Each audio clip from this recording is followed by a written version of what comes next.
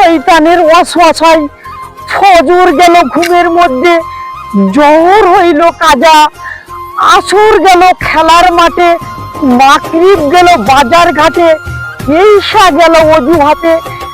এক ওয়াক্ত নামাজ কাজা করলে 2,88,000 লক্ষ বছর জাহান্নামে থাকতে হবে।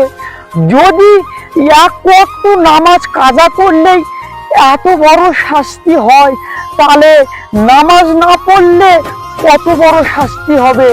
তাই মুসলিম ভাই বোনেরা, সময় থাকতে আল্লাহর কাছে তওবা করে সকলে আমরা নিয়ত করি, জীবনে যতদিন বেঁচে থাকবো নামাজ কোনোদিন ছাড়বো না, নামাজ কোনোদিন কাজা করব না। আল্লাহ সকল মুসলিম ভাই বোনদেরকে ইবাদত করার তৌফিক দান করুক। আল্লাহুম্মা আমিন।